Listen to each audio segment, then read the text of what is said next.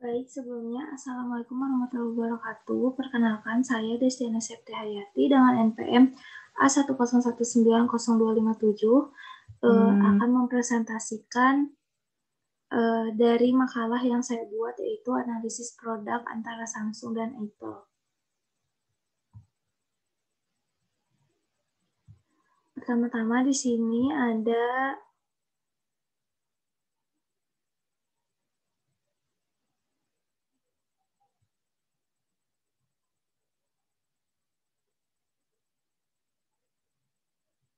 pertama-tama di sini ada pendahuluan, yaitu dengan perkembangan teknologi yang pesat ini mengakibatkan alat komunikasi menjadi salah satu barang penting yang wajib dimiliki oleh setiap orang, baik anak muda maupun orang tua.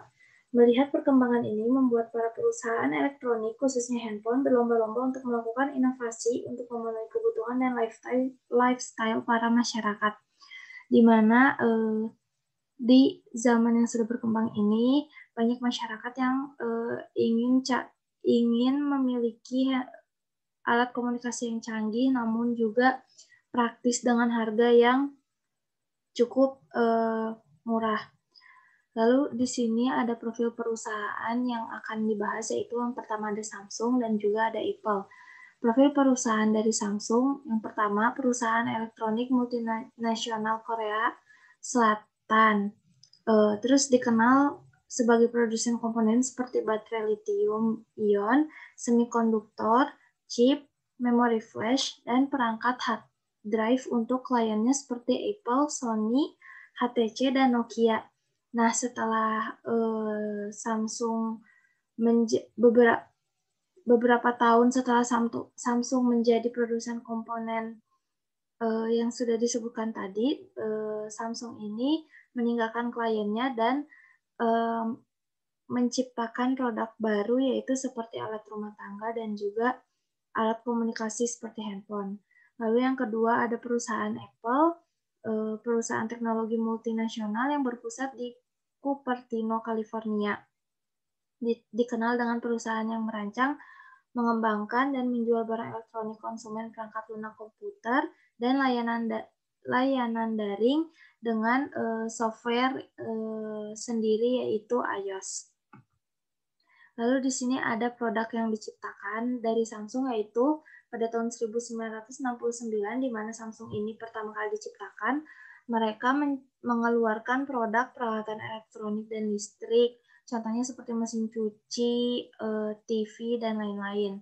Lalu yang kedua ada peralatan rumah tangga dan perangkat audio visual pada tahun 1970 yang bekerja sama dengan perusahaan Jepang. Lalu yang ketiga, pada tahun 2010, Samsung mulai dikenal sebagai vendor terbesar dalam pasar telepon dan ponsel. Lalu selanjutnya, produk yang dikeluarkan oleh Apple, seperti yang sudah kita tahu, Apple sangat terkenal dengan produk ponsel pintarnya, yaitu iPhone. Lalu ada smartwatch, ada MacBook, iPod, iPad, dan lain sebagainya. Lalu di sini ada analisis strategi STP dari Samsung, yaitu yang pertama ada segmentasi pasar geografis. Produk Samsung sudah dipasarkan secara global ke seluruh penjuru dunia, di mana kita sudah sangat gampang untuk mendapatkan produk Samsung.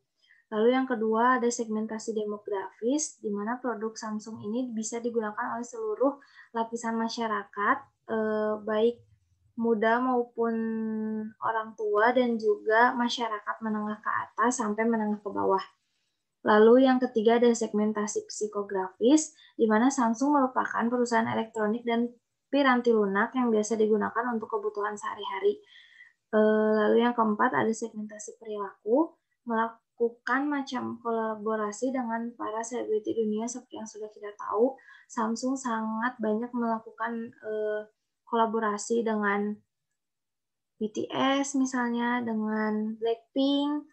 Lalu dari analisis strategi targeting, Samsung ini menargetkan produknya untuk seluruh lapisan masyarakat. Lalu untuk positioning-nya memiliki banyak peminat dari segala kalangan karena memiliki harga yang cukup menarik para pelanggan.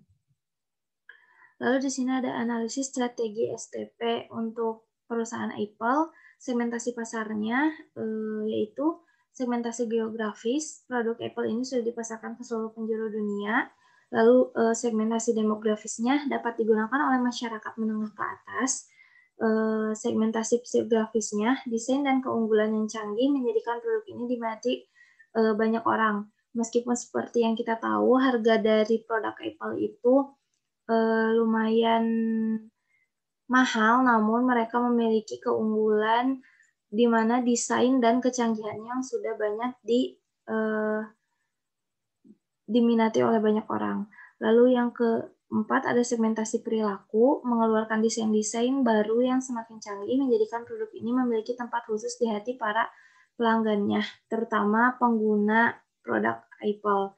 Terus targeting yang mereka lakukan yaitu bagi para orang-orang yang mementingkan tingkat gengsi terhadap lifestyle dan yang membutuhkan produk canggih dan mewah, di mana mengapa di sini saya menyebutkan mementingkan tingkat gengsi terhadap lifestyle karena seperti yang kita tahu Apple memiliki desain-desain yang sangat bagus di antara produk yang lain.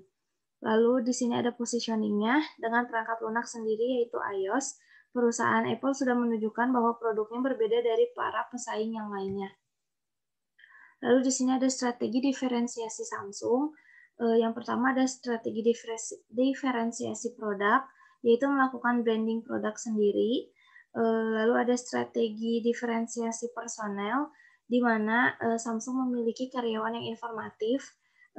Lalu yang ketiga ada strategi diferensiasi channel, mengadakan jasa konsul untuk para konsumen yang memiliki keluhan-keluhan.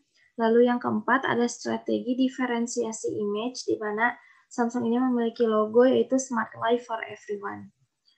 Lalu di sini ada strategi diferensiasi Apple, ada strategi diferensiasi produk, melakukan branding dengan menciptakan perangkat lunak sendiri yaitu iOS.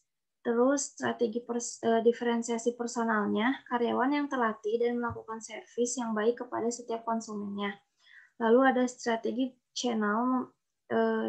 diferensiasi channel, memasarkan produknya melalui distributor juga. Jadi tidak hanya menjual di toko iBox-nya saja. Lalu yang terakhir ada strategi diferensiasi image, yaitu logo yang sudah dikenal oleh banyak orang. Seperti yang kita tahu, Apple memiliki logo apel yang sedikit tergigit. Lalu di sini ada analisis repositioning yang dilakukan oleh Samsung Co Ltd yang berhasil diterapkan oleh perusahaan ini. Dulu Samsung dikenal dengan produk buatan Korea yang konservatif dan low quality. Saat ini telah terbentuk citra baru menjadi sebuah global brand yang inovatif dan modern. Di mana yang kita tahu Samsung produk-produknya bukan hanya cuma di Korea saja, namun sekarang sudah mendunia. Lalu kesimpulannya yaitu dengan dilakukannya strategi STP dan strategi diferensiasi yang dilakukan oleh masing-masing perusahaan menunjukkan bahwa adanya perbedaan atau ciri khas yang ditonjolkan oleh setiap perusahaan di dalam produknya. Kedua brand ternama ini memiliki sistem operasi yang berbeda, Samsung dengan Android-nya dan Apple dengan iOS-nya. Dengan adanya perbandingan seperti ini, dapat memudahkan untuk para konsumen memiliki produk handphone yang bisa memenuhi kebutuhan mereka. Baik, sekian presentasi dari saya. Mohon maaf jika ada kekurangan dan salah-salah kata. Assalamualaikum warahmatullahi wabarakatuh.